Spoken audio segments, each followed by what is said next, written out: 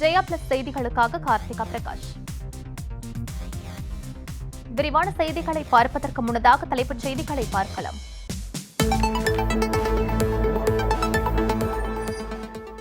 Corona தடுப்பூசி பற்றாக்குறை குறித்து சரமாரி கேள்வி.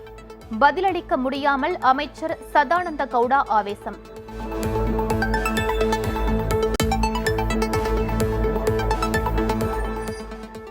சென்னையில் 30,000 பேருக்கு வீடுகளிலேயே கொரோனா சிகிச்சை. கண்காணிக்க நடவடிக்கை எடுக்கப்படுவதாக மாநகராட்சி ஆணையர் ககன்தீப் சிங் பேட்டி.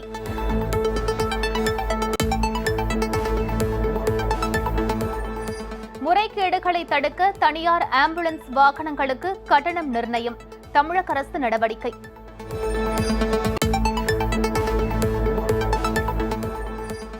தூத்துக்குடி ஸ்டெர்லைட் ஆலை துப்பாக்கிச் சூடு சம்பவம். தமிழக அரசிடம் இடைக்கால அறிக்கை தாக்கல்.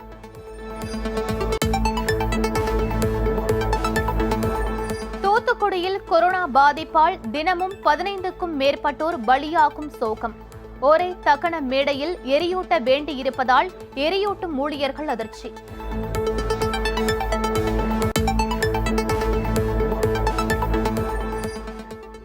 பீகார் உத்தரப்பிரதேசத்தில் கங்கை நதிக்கரையில் சடலங்கள் மிதந்த சம்பவம். உரிய விளக்கம் அளிக்குமாறு மாநில அரசுகளுக்கும் மத்திய நீர்வளத்துறை அமைச்சகத்திற்கும் தேசிய மனித உரிமை ஆணையம் நோட்டீஸ்.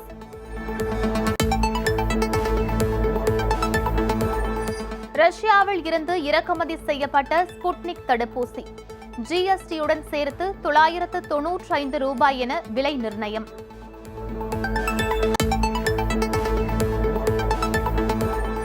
மகாராஷ்டிராவில் சற்றும் குறையாத கொரோனா தொற்று பரவல். மும்பையில் வீடு வீடாக சென்று அதிகாரிகள் பரிசோதனை.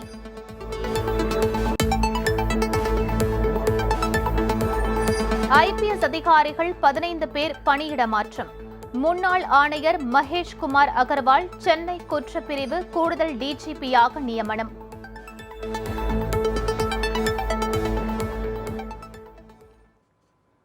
விரிவான செய்திகளை பார்க்கலாம்.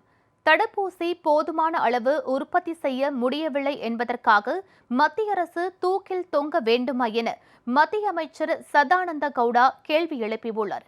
கொரோனா 2வது அலை நாட்டில் கோர தாண்டவம் ஆடிவரும் நிலையில் நாள்தோறும் லட்சக்கணக்கான மக்கள் இதனால் பாதிக்கப்படுகின்றனர். ஆயிரக்கணக்கில் உயிரிழப்புகள் ஏற்படுகின்றன. கொரோனா தொற்றுக்கு எதிராக தடுப்பூசி செலுத்தும் பணியை மத்திய அரசு துரிதப்படுத்தியுள்ளது. ஆனால் பல மாநிலங்களில் தடுப்பூசி போதுமான அளவில் இல்லை. தற்போது வரை கோவாக்சின், கோவிஷீல்டு ஆகிய 2 தடுப்பூசிகள் மட்டுமே இருந்தாலும் போதுமான அளவு விநியோகம் இல்லை. தடுப்பூசி உற்பத்தியை அதிகரிக்க வேண்டும் என நீதிமன்றங்கள் கருத்து தெரிவித்து வருகின்றன. இந்நிலையில் மத்திய ரசாயன மற்றும் உரத்துறை அமைச்சர் திரு சதானந்த கவுடா பெங்களூருவில் செய்தியாளர்களிடம் பேசினார்.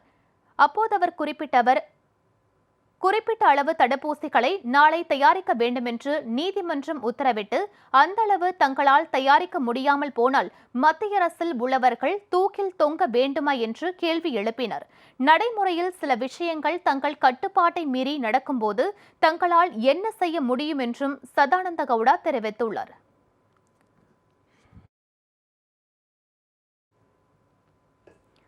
கொரோனா வைரஸ் ஒரு உயிரினம் என்றும் அதற்கு வாழ உரிமை உண்டு என உத்தரகாண்ட் மாநில முன்னாள் முதலமைச்சர் திரிவேந்திர சிங் ராவத் பேசியிருப்பது பெரும் சர்ச்சையை ஏற்படுத்தியுள்ளது. டெஹ்ராடூனில் செய்தியாளர்களிடம் பேசிய அவர், தத்துவ ரீதியாக பார்த்தால் கொரோனா வைரசும் ஒரு உயிரினம்தான் என்றும் எஞ்சியவர்களைப் போலவே அதற்கும் வாழ உரிமை என்றும், ஆனால் மனிதர்களாகிய நாம் தான் நம்மை புத்திசாலி என்று நினைத்து அவற்றை அகற்ற பார்ப்பதாக தெரிவித்துள்ளார். கொரோனா 2வது அலை நாடு முழுவதும் ஏராளமான உயிரிழப்புகளை ஏற்படுத்தியிருந்த தருணத்தில் உத்தரகாண்ட் முன்னாள் முதலமைச்சர் திரிவேந்திர சிங் ராவத்தின் கருத்து பெரும் சர்ச்சையை ஏற்படுத்தியுள்ளது.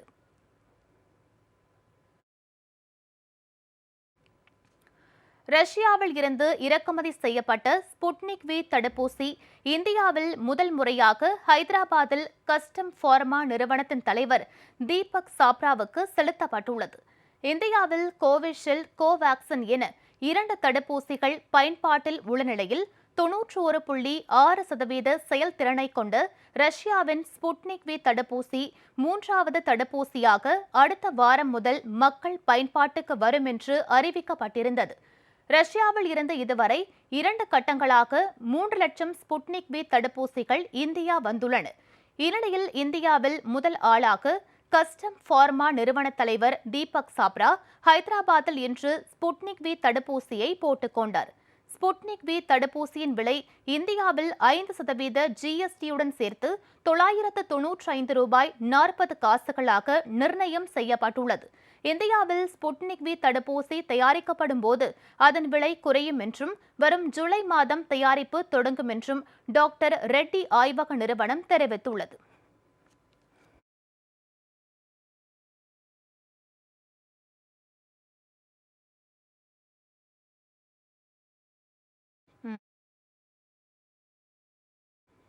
தூத்துக்குடியில் நாள் ஒன்றுக்கு 15க்கும் மேற்பட்டோர் கொரோனா தொற்றுக்கு பலியாவதால் ஒரே தகன மேடையில் அடுத்தடுத்து எரியூட்ட வேண்டியிருப்பதாக மயானத்தில் பணிபுரியும் ஊழியர்கள் அதிர்ச்சி தகவலை தெரிவித்துள்ளனர்.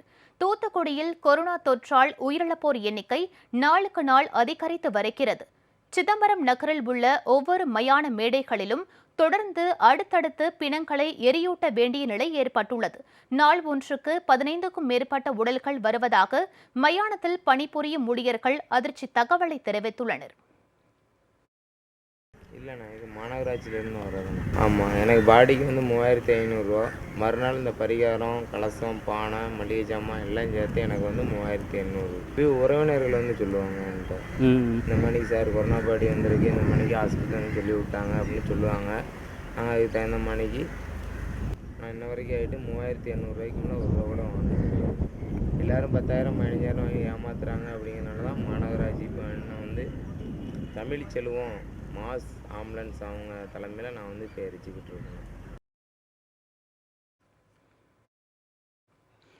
தமிழகத்தில் 15 ஐபிஎஸ் அதிகாரிகளை இடமாற்றம் செய்து தமிழக அரசு உத்தரவிட்டுள்ளது. தமிழக அரசின் கூடுதல் தலைமை செயலாளர் எஸ்.கே. பிரபாகர் வெளியிட்டுள்ள அறிவிப்பின்படி காவல்துறை கூடுதல் இயக்குநராக காத்திருப்போர் பட்டியலில் இருந்து திரு மகேஷ்குமார் அகர்வால் சென்னை குற்றப்பிரிவு காவல்துறை கூடுதல் இயக்குநராக மாற்றம் செய்யப்பட்டுள்ளார். மதுரை தெற்கு சரக டிஐஜியாக இருந்த திரு ஆபாஷ்குமார் சென்னை பொருளாதார குற்றப்பிரிவு கூடுதல் இயக்குநராக மாற்றம் செய்யப்பட்டுள்ளார்.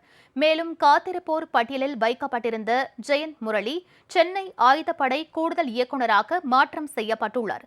இதேபோல் மேலும் 13 ஐபிஎஸ் அதிகாரிகள் இடமாற்றம் செய்யப்பட்டுள்ளனர்.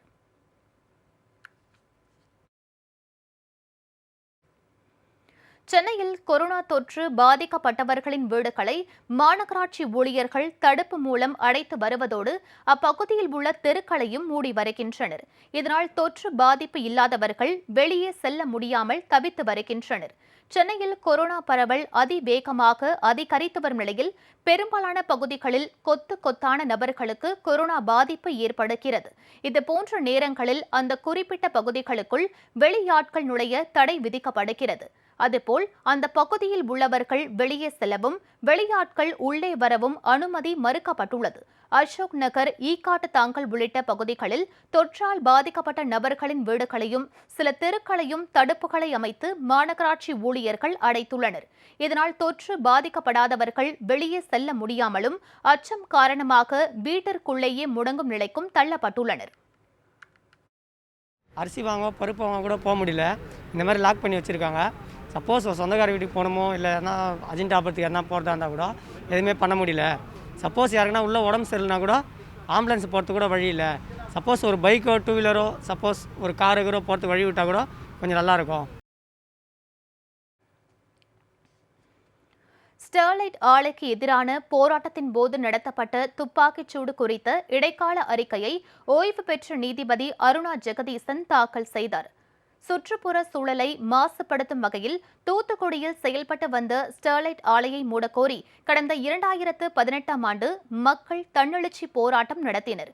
2018ஆம் ஆண்டு மே மாதம் 22ஆம் தேதி நடைபெற்ற போராட்டத்தின் போது பொதுமக்கள் மீது போலீசார் நடத்திய துப்பாக்கிச் சூட்டில் 15 பேர் பலியாகினர். இது தொடர்பாக விசாரணை நடத்துவதற்காக ஓய்வு பெற்ற நீதிபதி அருணா ஜெகதீசன் தலைமையில் ஒரு நபர் விசாரணை ஆணையம் அமைக்கப்பட்டது. இந்த விசாரணை ஆணையத்தின் இடைக்கால அறிக்கையை ஓய்வு பெற்ற நீதிபதி அருணா ஜெகதீசன் முதலமைச்சர் ஸ்டாலினிடம் அளித்தார்.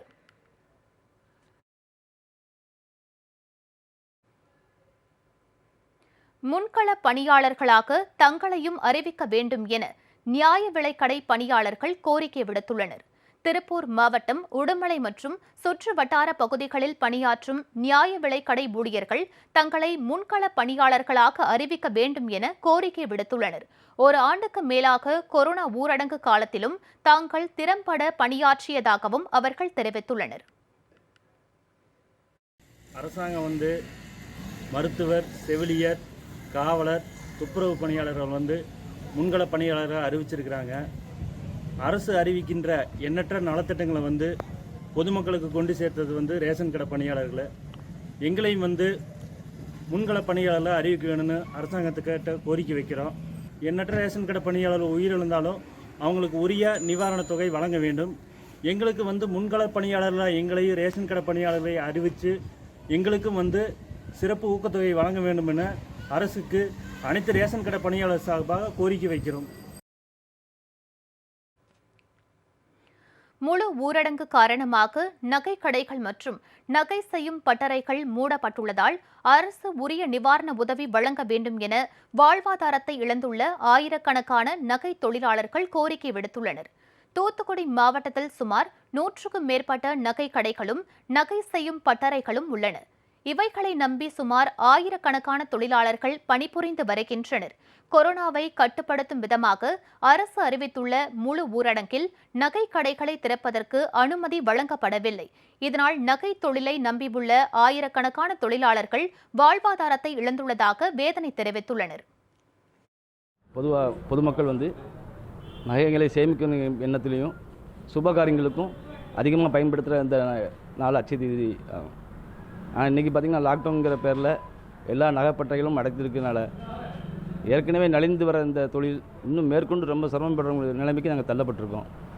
அரசாங்கம் குறைஞ்சபட்சம் இந்த நகைப்பட்டைகளுக்கு ஒரு குறிப்பிட்ட நேரங்களை ஒதுக்கி அந்த நேரங்களில் தொழில் செய்கிறதுக்கு ஒரு அனுமதி வழங்கணும்னு நாங்கள் அரசாங்கத்தை கேட்டுக்கிட்டோம். இந்த லாக்டவுன் மிகப்பெரிய பின்னடைவை தொழிலாளர்களுக்கு ஏற்படுத்தி கொடுக்குது. அடிப்படை வருமானம் கூட இல்லாத ஒரு சூழ்நிலையை இந்த லாக்டவுன் ஏற்படுத்தி கொடுத்துருக்கு. எந்த ஒரு அரசு உதவிகளும் இல்லாமல் பொருட்களர்களும் சிரமப்படக்கூடிய சூழ்நிலை தான் இன்றைக்கி இருக்குது. அவர்களுடைய வாழ்வாதாரத்தை லாக்டவுன் பீரியடில் மேம்படுத்துவதற்கு அரசாங்கம் உரிய நிதி உதவி செய்யணும். இனி மேலும் சில நிகழ்வுகளை வேகச் செய்திகளாக தற்போது பார்க்கலாம். திருச்சி மாவட்டம் மணப்பாறை அருகே கிராம பகுதியில் நவீன இயந்திரம் மூலம் கிருமி நாசினி தெளிக்கும் பணி தீவிரமாக நடைபெற்றது. மணப்பாறையை அடுத்த பன்னாங்கொம்பு கிராமத்தில் தொற்று அதிகரித்ததை அடுத்து அதனை கட்டுப்படுத்தும் விதமாக டிராக்டருடன் இணைக்கப்பட்ட நவீன இயந்திரத்தின் மூலம் கிருமி நாசினி தெளிக்கப்பட்டது. பன்னாங்கொம்பு கடைவீதி மற்றும் குடியிருப்பு பகுதிகள் முழுவதும் கிருமி நாசினி தெளிக்கப்பட்டது.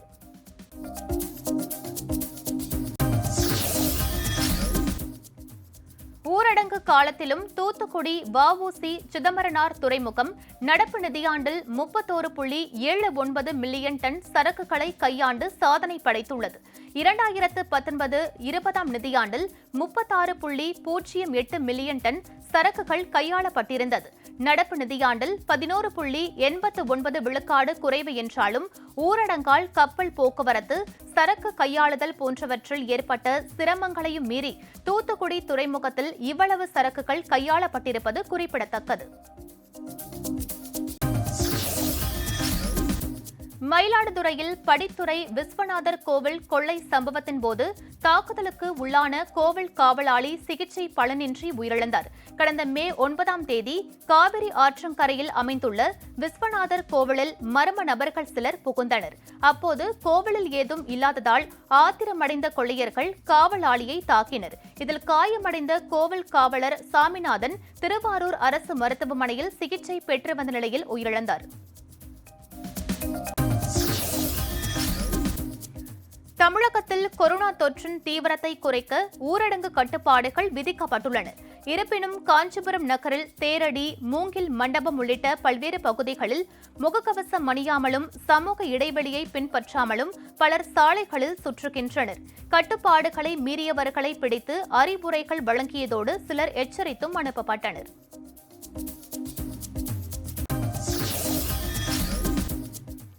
திருச்சி பெல் ஆலையில் ஆக்ஸிஜன் உற்பத்தி மையத்தை பயன்பாட்டுக்கு கொண்டுவர நடவடிக்கை எடுக்கப்படும் என நகர்ப்புற வளர்ச்சித்துறை அமைச்சர் KN நேரு தெரிவித்துள்ளார். திருச்சி மாவட்ட ஆட்சியர் அலுவலகத்தில் நடைபெற்ற கொரோனா தடுப்பு பணிகள் குறித்த ஆலோசனைக் கூட்டத்திற்கு பின்னர் பேசிய அவர் இதனை தெரிவித்தார். இதேபோல் கூட்டத்தில் கலந்து கொண்ட பள்ளி கல்வித்துறை அமைச்சர் அன்பில் மகேஷ் பொய்யாமொழி, தனியார் பள்ளிகள் கூடுதல் கல்வி கட்டணம் வசூலித்தால் உரிய விசாரணை செய்து நடவடிக்கை எடுக்கப்படும் என உறுதியளித்தார்.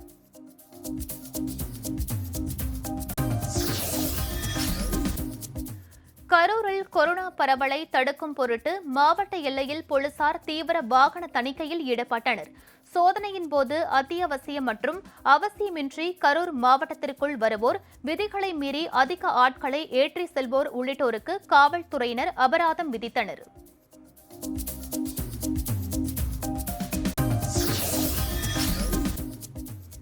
நாமக்கல்லில் செவிலியர் மீது ஆசிட் வீசிய வழக்கில் குற்றவாளிகளுக்கு விதிக்கப்பட்ட 10 ஆண்டு சிறை தண்டனையை சென்னை உயர்நீதிமன்றம் உறுதி செய்தது. எளச்சிபாளையம் ஆரம்ப சுகாதார நிலையத்தில் செவிலியராக பணிபுரியும் விஜயகுமாரி மீது மணிகண்டன் மற்றும் விஜயகுமார் ஆகியோர் முன்விரோதம் காரணமாக ஆசிட் வீச்சில் ஈடுபட்டனர்.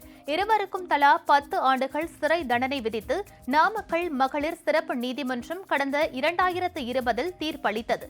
இதனையடுத்து தீர்ப்பை ரத்து செய்ய கோரி சென்னை உயர்நீதிமன்றத்தில் மனு தாக்கல் செய்யப்பட்டது. இந்நிலையில் மனுவை விசாரித்த உயர்நீதிமன்ற நீதிபதிகள் கீழமை நீதிமன்றத்தின் தீர்ப்பை உறுதி செய்தனர்.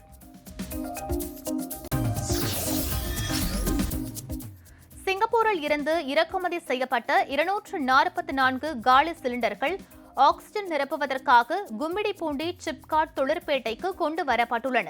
சிப்காட் வளாகத்தில் உள்ள தொழிற்சாலைகளில் 4 நிறுவனங்கள் தற்போது மருத்துவ ஆக்ஸிஜன் தயாரித்து விநியோகம் செய்து வருவதால் காலி சிலிண்டர்கள் அங்கு கொண்டு செல்லப்பட்டன. அங்கு விரைவில் ஆக்ஸிஜன் நிரப்பி பயன்பாட்டுக்கு எடுத்துச் செல்லும் பணிகள் நடைபெற்று வருகின்றன.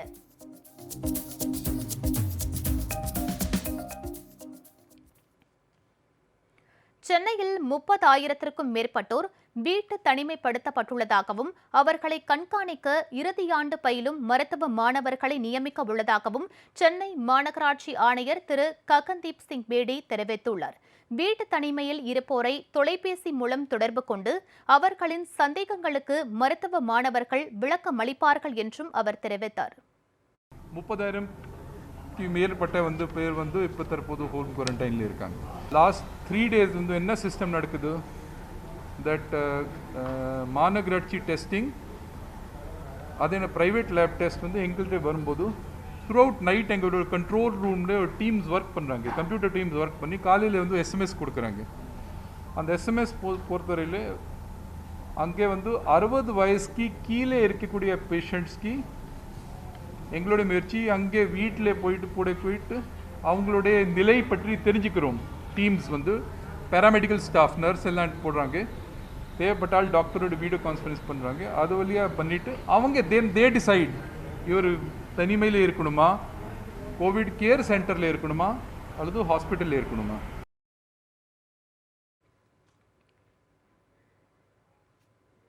அரபிக் கடலில் நாளை புயல் சின்னம் உருவாக உள்ளதால் கடலோர காவல் படையினர் ரோந்து பணியில் ஈடுபட்டு மீனவர்களுக்கு எச்சரிக்கை விடுத்து வருகின்றனர். தென்கிழக்கு அரபிக் கடலில் லட்சத்தீவு மற்றும் அதனை ஒட்டிய பகுதியில் உருவான காற்றழுத்த தாழ்வு பகுதி காற்றழுத்த தாழ்வு மண்டலமாக வலுப்பெற்றுள்ளது. காற்றழுத்த தாழ்வு மண்டலம் நாளை புயலாக உருவெடுக்கும் என்றும், எனவே அரபிக்கடல் பகுதிகளில் மீன்பிடிக்க மீனவர்கள் செல்ல வேண்டாம் எனவும் அறிவுறுத்தப்பட்டுள்ளது. இதனால் முன்னெச்சரிக்கையாக ரோந்து பணியில் ஈடுபட்டுள்ள கடலோர காவல் படையினர் ஆழ்கடலில் மீனவர்களுக்கு ஒலிபெருக்கி மூலம் எச்சரிக்கை விடுத்து கரை திரும்புமாறு அறிவுறுத்தி வருகின்றனர்.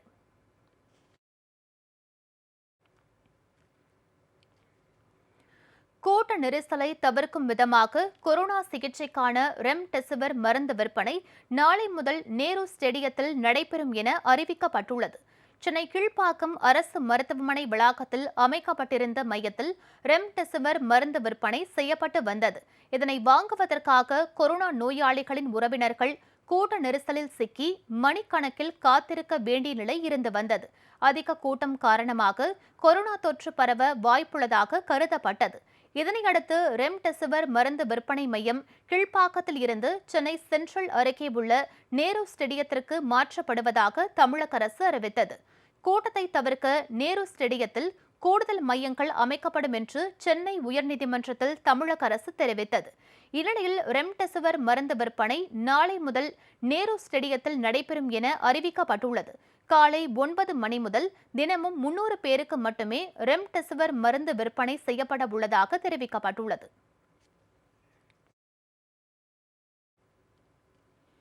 தூத்துக்குடி மாவட்டம் கோவில்பட்டியில் கள்ளச்சந்தையில் 1 கோடி ரூபாய்க்கு விற்பதற்காக பதுக்கி வைக்கப்பட்டிருந்த ரெம்டெசிவிர் மருந்து குப்பிகளை போலீசார் பறிமுதல் செய்தனர்.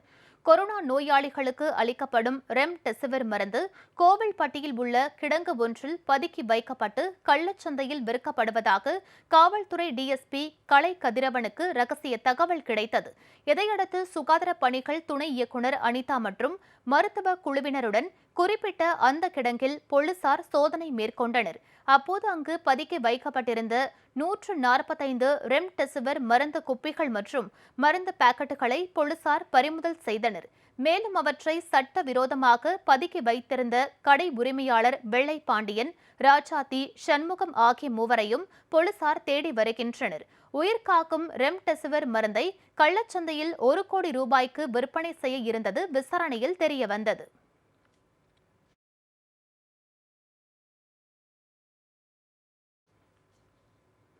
செங்கல்பட்டு மாவட்டம் பரனூர் அருகே ரெம்டெசிவிர் மருந்தை கள்ளச்சந்தையில் விற்க முயன்ற மருத்துவரை போலீசார் கைது செய்தனர். பரனூர் சுங்கச்சாவடி அருகே ரெம்டெசிவிர் மருந்தை கள்ளச்சந்தையில் விற்பனை செய்ய முயன்ற நபரை போலீசார் கையும் களவுமாக பிடித்தனர். விசாரணையில் அந்த நபர் தாழம்பூர் பகுதியைச் சேர்ந்த முகமது இக்பால் என்பதும் படாலம் அடுத்துள்ள கற்பக விநாயகா மருத்துவக் கல்லூரி மருத்துவமனையில் கடந்த 4 ஆண்டுகளாக மருத்துவராக பணிபுரிந்து வருவதும் தெரியவந்தது. மேலும் முகமது இக்பாலுடன் வந்திருந்த திருவள்ளூர் மாவட்டத்தைச் சேர்ந்த மருத்துவர் ஹேமந்த் குமார் என்பவர் தப்பி ஓடிவிட்டதும் விசாரணையில் தெரியவந்தது. பிடிப்பட்ட மருத்துவரிடம் இருந்து 6 பெட்டி ரெம்டெசிவிர் மருந்தை போலீசார் பறிமுதல் செய்தனர்.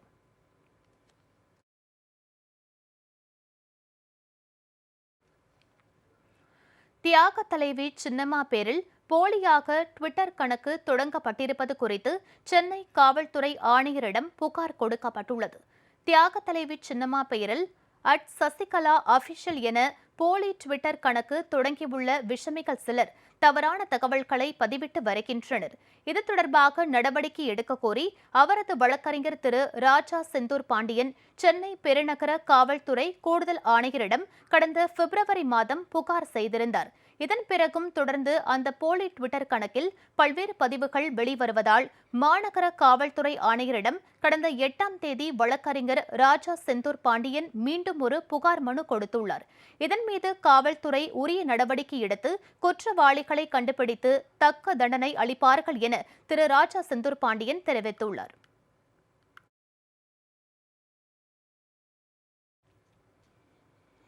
பீகார் மற்றும் உத்தரப்பிரதேசத்தில் கங்கை நதிக்கரையில் சடலங்கள் மிதந்தது தொடர்பாக விளக்கம் அளிக்க அம்மாநிலங்களுக்கும் மத்திய நீர்வளத்துறை அமைச்சகத்திற்கும் தேசிய மனித உரிமை ஆணையம் நோட்டீஸ் அனுப்பியுள்ளது. கொரோனா பலி எண்ணிக்கை அதிகரித்து வரும் நிலையில் நாடு முழுவதும் மயானங்களில் சடலங்களை எரியூட்ட இடமில்லாத நிலை ஏற்பட்டுள்ளது. பல மாநிலங்களில் மயானத்தின் வாசலில் மணிக்கணக்கில் சடலங்கள் வரிசையில் காத்திருக்கின்றன. இந்த நிலையில் கடந்த சில நாட்களுக்கு முன்னர் உத்தரப்பிரதேசத்தின் எல்லையை ஒட்டிய பீகாரின் பக்சர் மாவட்டத்திலும் உத்தரப்பிரதேசத்தின் காசிபூர் மாவட்டத்திலும் கங்கை நதிக்கரையில் நூற்றுக்கணக்கான சடலங்கள் மிதந்தது அதிர்ச்சியை ஏற்படுத்தியது. கொரோனாவால் இறந்தவர்கள் சடலங்களை எரிக்க இடமில்லாமல் அவர்களது உறவினர்களே கங்கையில் வீசி இருக்கலாம் என கூறப்பட்டது. அதே நேரம் கொரோனா பலி எண்ணிக்கையை மறைக்க உத்தரப்பிரதேச அரசே இவ்வாறு சடலங்களை கங்கையில் வீசி இருப்பதாகவும் கூறப்பட்டது. இந்நிலையில் கங்கையில் சடலங்கள் மிதந்தது தொடர்பாக மத்திய ஜல் சக்தி அமைச்சகம், உத்தரப்பிரதேசம் மற்றும் பீகார் மாநில அரசுகள் 4 வாரத்திற்குள் அறிக்கை அளிக்க தேசிய மனித உரிமை ஆணையம் நோட்டீஸ் அனுப்பியுள்ளது.